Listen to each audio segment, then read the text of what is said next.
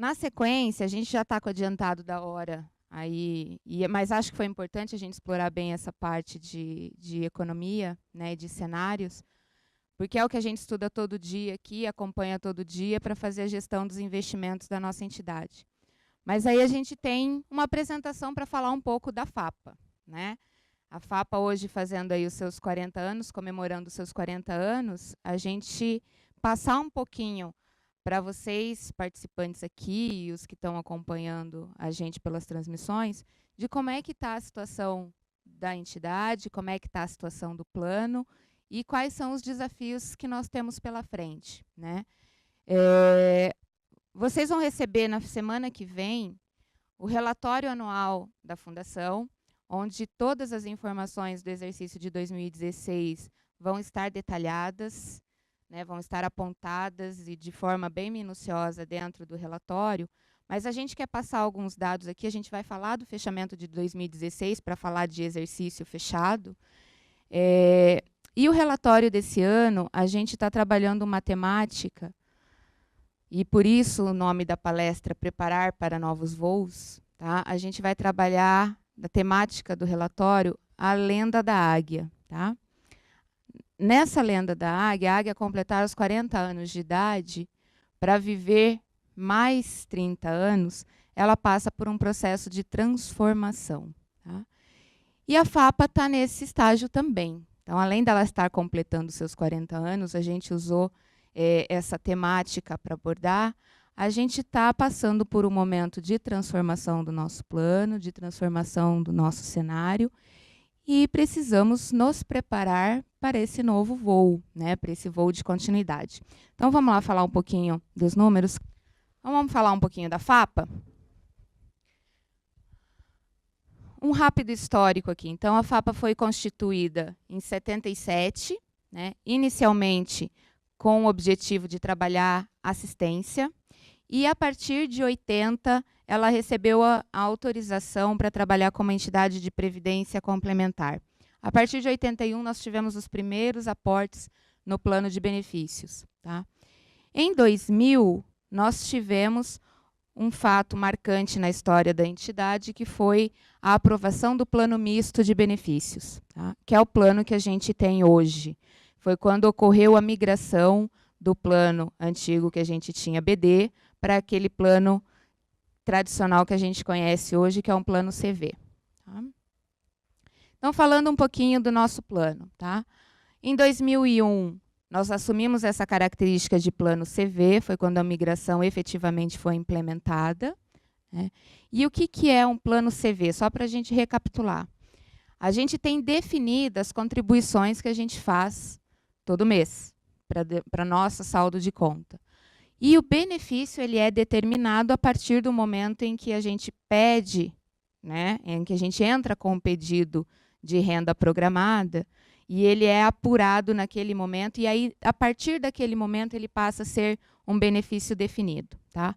Isso era nosso modelo do plano lá em 2001, um modelo que todo mundo aderiu quando foi feita a migração.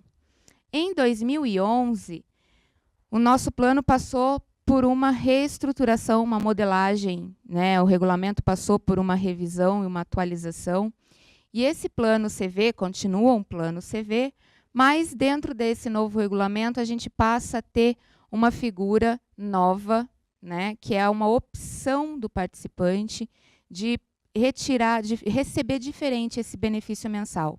Não mais sobre a forma de benefício vitalício, e ele passa a ter o direito de transformar essa renda numa renda que a gente chama de temporária. Tá? Onde o participante recebe, ele pode escolher um percentual de retirada mensal sobre o saldo que ele acumulou. Tá? Essa foi uma mudança expressiva para a gente. Tá? E ano passado, com o PDV, esse programa evidenciou que essa é uma tendência do nosso grupo. Tá? A opção pelo percentual sobre o saldo, se a gente olhar as estatísticas que a gente teve aqui no programa de desligamento ano passado, ele deve ser uma tendência. Então, só para a gente entender os números lá, dos participantes que aderiram, né, dos colaboradores do Emater que aderiram ao programa, 125 eram participantes da FAPA. Tá? Desses 125, 104 optaram pela renda temporária. 13 solicitaram pagamento único, o benefício era abaixo das 2 UPs, eles podiam sacar a reserva de uma vez só, e só 8 participantes optaram pela modalidade da renda vitalícia. Tá? A média de antecipação, que a mudança do regulamento permitiu que a gente antecipe até 20% do nosso saldo, né, na hora da saída, esse percentual médio foi de 5,5%, e dos 104 participantes que optaram pela renda temporária, o percentual médio dessa renda ficou em 0,78%. Mês passado foi o mês regulamentar para fazer a alteração desse percentual, e esse percentual os participantes exerceram o direito de mexer, ele pode ir de 0,5 a 1, né? E a nova média que a gente tem aqui agora, a gente fechou a apuração agora com a Folha, ele subiu para 0,81. Tá? Então, o percentual médio de saque desse pessoal passa a 0,81 mês.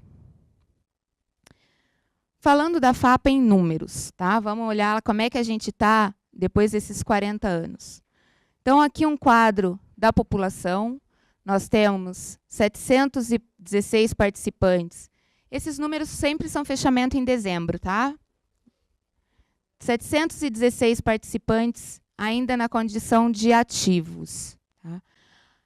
Apesar de 716 na condição de ativos, quase 50% desse grupo já é iminente a benefício. Então, pelo regulamento, ele já tem todos os critérios atingidos para solicitar a sua aposentadoria. O que vai determinar o momento dele solicitar a aposentadoria ou não é a extinção do vínculo empregatício com a patrocinadora. Tá? Essa questão do vínculo empregatício com a patrocinadora ser uma exigência para a concessão do benefício, é bom a gente aproveitar e colocar aqui, isso não é uma questão do regulamento da FAPA, isso é uma questão legal. Tá? A lei complementar que disciplina a Previdência, ela estabelece que é um critério para concessão de benefício a extinção do vínculo. Então, todos esses participantes que já cumpriram os requisitos de idade e tempo de serviço, para requerer o seu benefício, precisam antes rescindir o contrato com a patrocinadora. Tá? Temos 350 assistidos, ou seja, 350 aposentados, e aqui alguns benefícios de auxílio-doença, e 71 pensionistas. Tá? Então, hoje, a FAPA já está pagando uma folha aí de mais de 400 benefícios mês. Aportes realizados. A gente teve aqui em 2016 um volume expressivo, fizemos uma campanha de aporte no final do ano passado, e ela apresentou um bom resultado. Então, a gente, em 2013, tivemos lá 61 mil em aportes, 99 em 2014, 180 em 2015 e 422 em 2016. Tá? Por que a campanha surtiu um efeito bacana aqui em 2016 e a gente teve esse volume expressivo de aportes financeiros? Foi em função da vantagem fiscal. Tá? Os participantes avaliaram, fizeram as suas análises individuais, né? E aí aqueles que tinham a condição de se beneficiar da isenção fiscal em função do limite de 12% que a legislação nos dá, aproveitaram e no final do ano fizeram um aporte extraordinário. Tá? Fluxo de caixa. Tivemos aqui, 2016 de entrada, R$ 560 mil de portabilidade, o que foi novidade também para a Fundação. Em toda a história da Fundação, nós não havíamos recebido nenhum recurso portado de outra entidade. Estamos com uma campanha agora, depois de ver esses números, tá? E para nós é bem bacana ver o pessoal comparando os seus planos e verificando que a FAPA tem uma condição melhor e trazendo os recursos para cá. De contribuições da patrocinadora, das patrocinadoras, né? 4.600.000 e dos participantes 4.700. Por que a gente tem uma diferencinha aqui em termos de contribuição? Porque a gente tem as contribuições, algumas contribuições de assistidos do plano antigo e contribuições extraordinárias. Tá? E benefícios pagos já foram na ordem de 18 milhões. Isso aqui é bem importante para a gente acompanhar, porque a FAPA entrou, depois da concessão do PDV e da concessão dos benefícios aqui dentro, a gente entrou num período de descapitalização do plano. Tá? O que significa entrar na descapitalização? O plano começa a pagar mais do que ele arrecada. Tá? Então, o pagamento dele com benefícios é superior à arrecadação de contribuições. Tá? Isso vai trazer impactos para a gente lá na frente. Em relação a patrimônio, em janeiro nós começamos lá com 371 milhões e fechamos em dezembro de 16 com 409,111. Aí vocês vão perguntar assim, Cláudia, mas se a gente entrou em descapitalização, como é que ainda está crescendo o patrimônio, né? A gente ainda tem um reflexo positivo de aumento por conta da rentabilidade dessa carteira, né? Ela está sendo aplicada no mercado, como a gente viu aqui com a ajuda do Gala, né? A gente faz todas essas análises para fazer a alocação desses recursos e a rentabilidade do patrimônio existente ainda está permitindo que a gente tenha um acréscimo em termos de patrimônio. Mas isso também é só por um período curto, daqui a pouco a gente vê a reversão, e a reversão é esperada. Tá? Como é que está a nossa carteira de investimentos? Então, nossa carteira de investimentos hoje é bem conservadora. Nós temos aqui em azul a renda fixa com 79%, né, praticamente 80%, 79%, 96%, 80% dos recursos estão alocados em renda fixa. Temos uma parcelinha pequena aqui de 2% em renda variável, 4% em estruturados. Esses estruturados são fundos de investimento um pouco mais sofisticados, tá? E aí a legislação dá essa nomenclatura diferenciada para eles, 10% em imóveis e 3,29% em empréstimo. Tá? Por que imóvel aparece aqui como imóvel se a gente já negociou a Unibrasil? Tá? Ele aparece aqui porque nós negociamos, fizemos o acordo, né, de compra e venda, mas a escritura de transferência da posse ainda não foi efetivada porque tem alguns ritos do contrato que estão sendo cumpridos. Então, ele ainda aparece como segmento imobiliário aqui para a gente. Tá? Se vocês forem tendo dúvidas, pessoal, pode ir falando. Tá? Vamos olhar um pouquinho a rentabilidade da FAPA aí no período para a gente ver como é que está o desempenho da carteira. Então, nos últimos 12 meses 2016, tá? Já que a gente está olhando lá sempre fechamento de dezembro, a nossa TIR foi 14,22. O que é a nossa TIR? É quanto efetivamente a FAPA rentabilizou a sua carteira. Tá? Então, a nossa rentabilidade foi de 14,22 contra uma meta de 14,49. Então, está aqui bem alinhada a rentabilidade com a meta. Em 24 meses, nós tivemos uma TIR de 30,28 e uma meta de 29,51. Tá? Então, também aqui a TIR e a meta bem coladinho. Em 36 meses, uma TIR e meta, a gente conseguiu acertar aí, olha, né? Se a gente extrapolar as casas decimais ali, dá uma diferencinha, mas arredondando elas ficam praticamente iguais. Tá? O que é importante a gente ver? Né? E aqui a gente tem outros indicadores de comparação para a gente melhorar a nossa análise. Lá em 2012, pessoal lembrar, a gente teve uma rentabilidade ruim, né?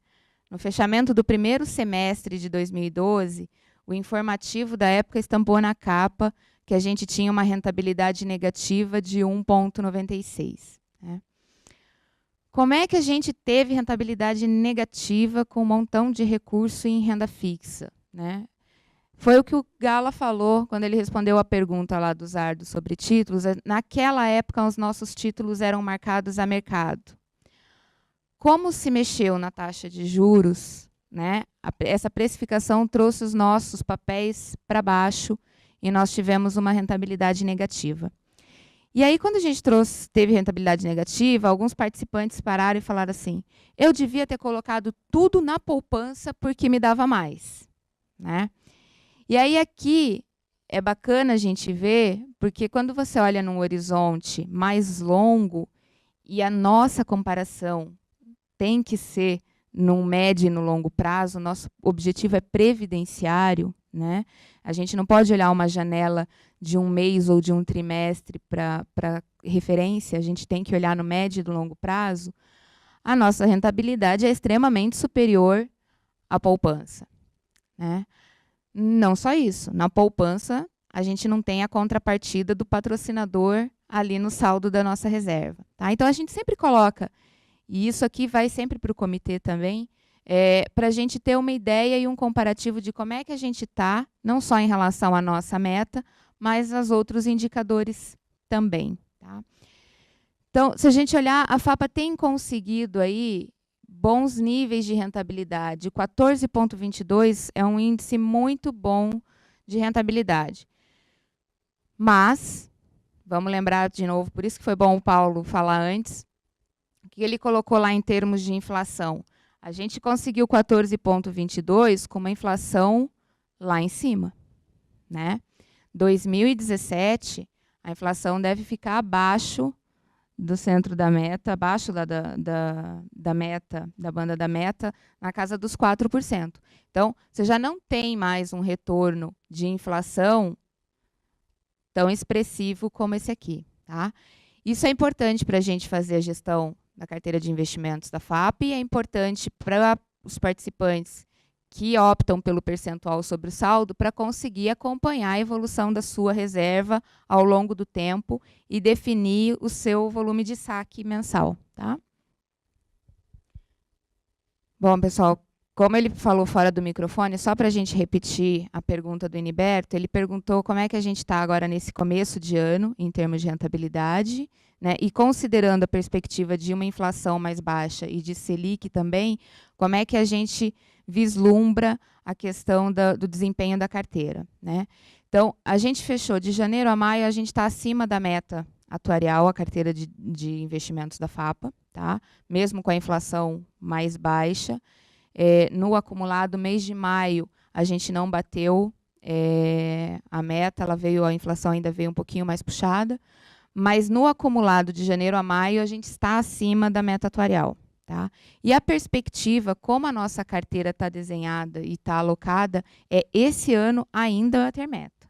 Tá? Então, se não tiver nenhum evento, eu gostei, o Paulo chama aquele evento do Temer de paralelepípedo voador, né? Se a gente não tiver aí mais alguns paralelepípedos no ano para atrapalhar, a tendência é a gente fechar com a rentabilidade acima da meta. Tá? Falando um pouquinho das nossas informações contábeis, tá? Vamos tentar traduzir isso, né? Toda essa rentabilidade que a gente mostrou aí nos últimos anos, essas informações, em números macro para a gente enxergar como é que a FAPA está posicionada hoje. Então, aqui a gente tem a demonstração do nosso ativo e passivo. E se falar de economia já é difícil, de contabilidade, então, ninguém gosta, né? Então, a gente vai focar nos grandes números, que é para a gente ter uma visão maior. A pretensão não é abordar a conta contábil aqui, é enxergar como é que a gente está posicionado em termos de balanço contábil. Tá? Então, o nosso ativo fechou 2016 na casa dos 409 milhões, tá? E aí, obviamente, o nosso passivo fecha com a mesma monta. O que é importante a gente enxergar e olhar como é que a FAPA está evoluindo? Tá? A principal questão para ser olhada está aqui, nas provisões matemáticas, né? E a conta que a gente tem de equilíbrio técnico aqui. Então, vamos dar uma olhada e vamos abordar melhor essa questão. Então, de provisões matemáticas, as provisões aumentaram e elas têm que aumentar. A gente tem lá 700 ativos contribuindo mensalmente, né? Então, a nossa reserva de benefícios a conceder ainda, ela aumenta porque ela está recebendo recursos. Mas aqui a gente vê uma redução de 2015 para 2016.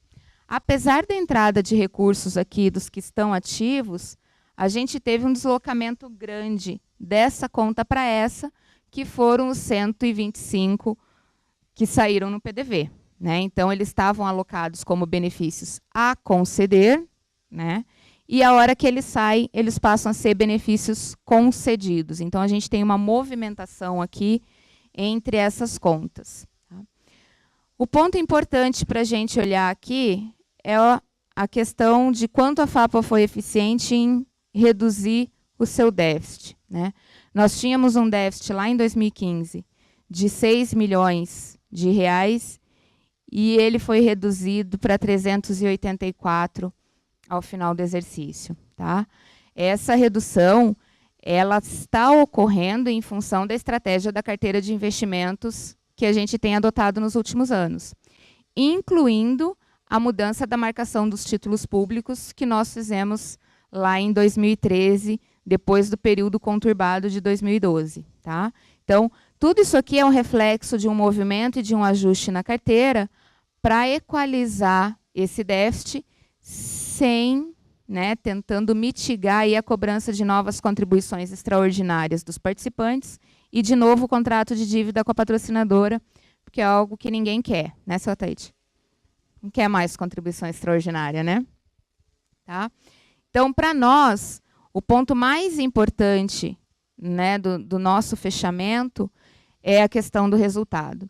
E esse resultado ele ainda é um pouco melhor e a gente vai entender por quê. Tá? Aqui, de novo, a pretensão não é trabalhar tecnicamente todos os valores, mas é trabalhar principalmente essa informação aqui. Tá? A gente tem, pela nova legislação agora, a apuração de um equilíbrio técnico ajustado. O que é isso? Então, vamos entender. A gente estava lá com 384 mil de déficit, certo? Esse déficit é um déficit contábil. Por que ele é contábil? Porque ele está considerando a nossa carteira e a precificação dela em 31/12 naquele momento. A legislação diz para a gente o seguinte agora.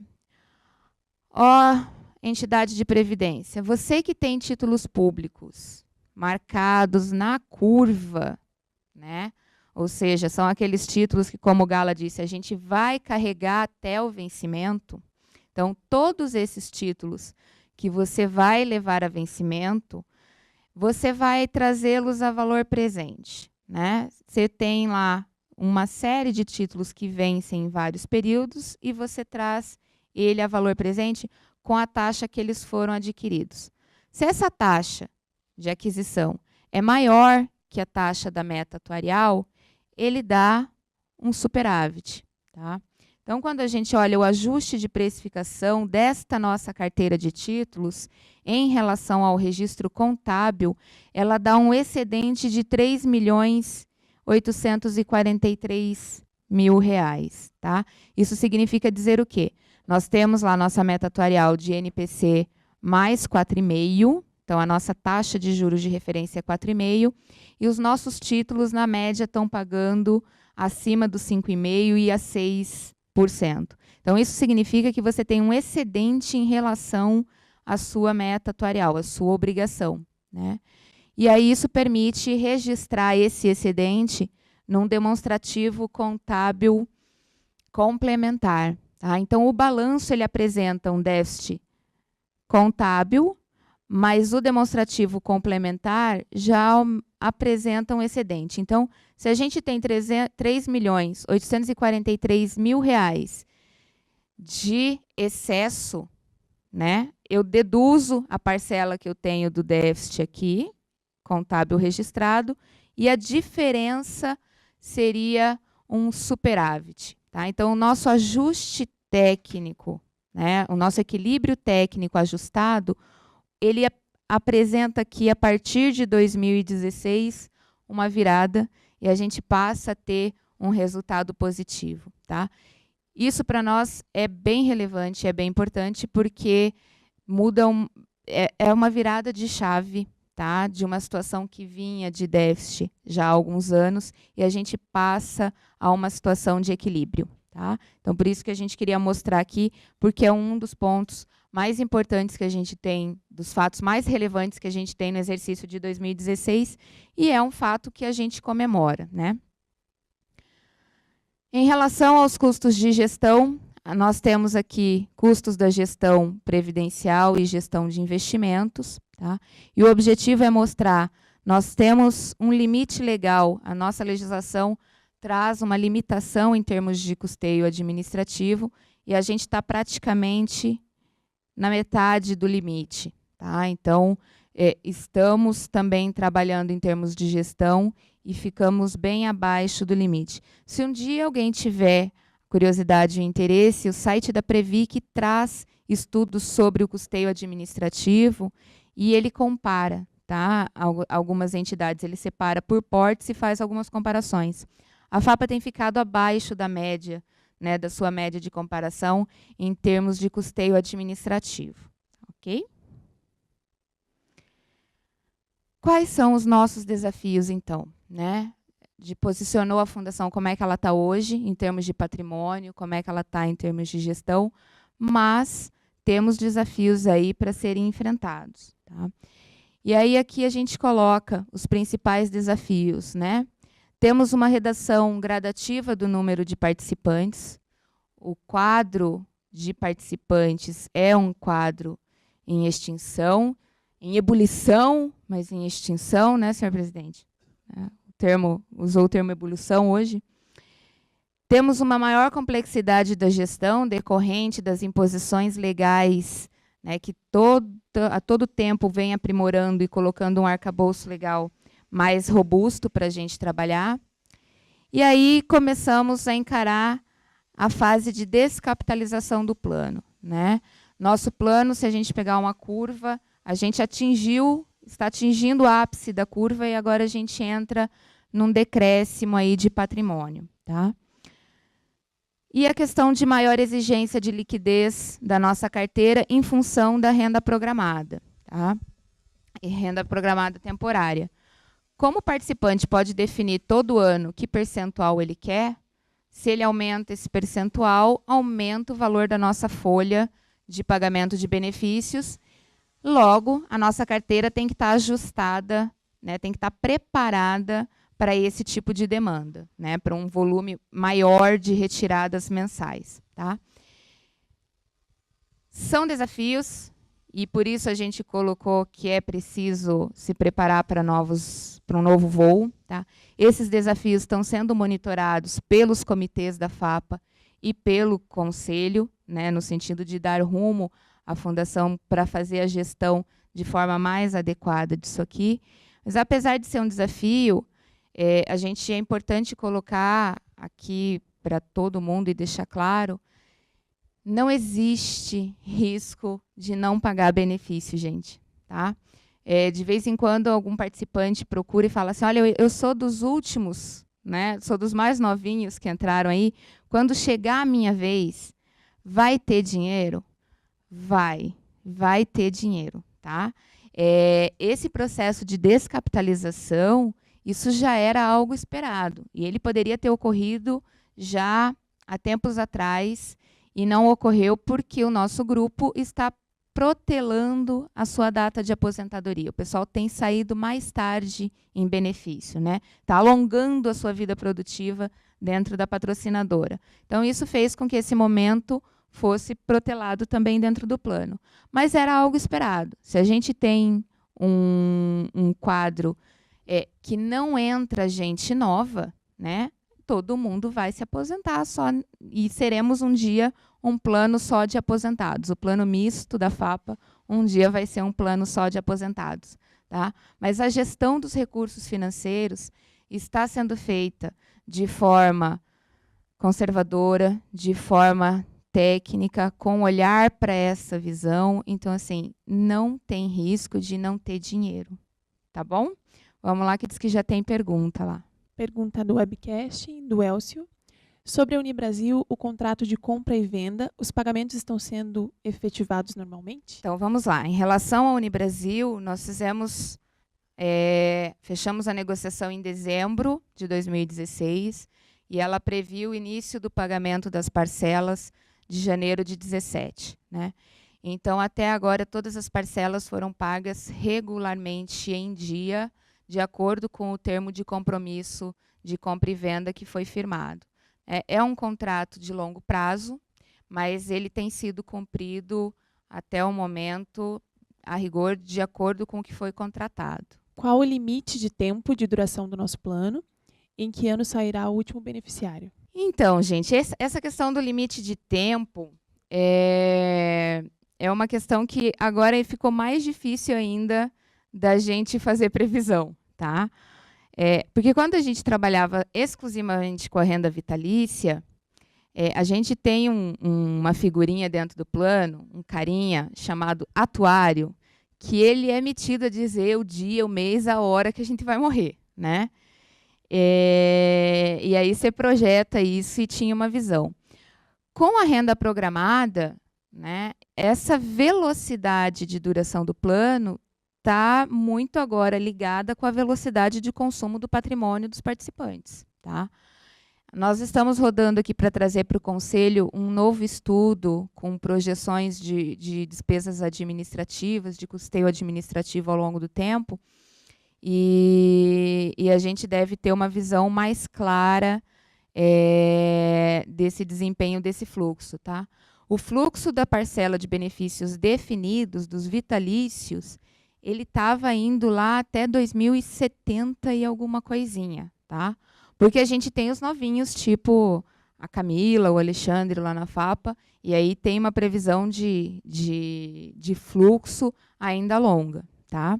Mas o tempo do plano agora, com esse movimento do percentual sobre o saldo, vai estar muito ligada, vai estar muito relacionada à velocidade com que o pessoal consome as suas reservas. Pergunta do Roberto Zardo.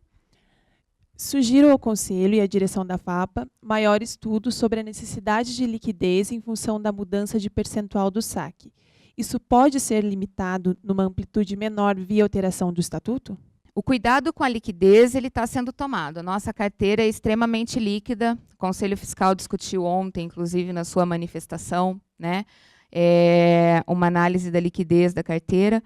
E mesmo a gente considerando, mesmo a gente excluindo, né, empréstimos imóveis e os 180 milhões aí praticamente que a gente tem de NTNBs marcadas na curva, o restante dos recursos estão aplicados em fundos líquidos, né? Nós temos muito fundo líquido em que o resgate é muito rápido, tá?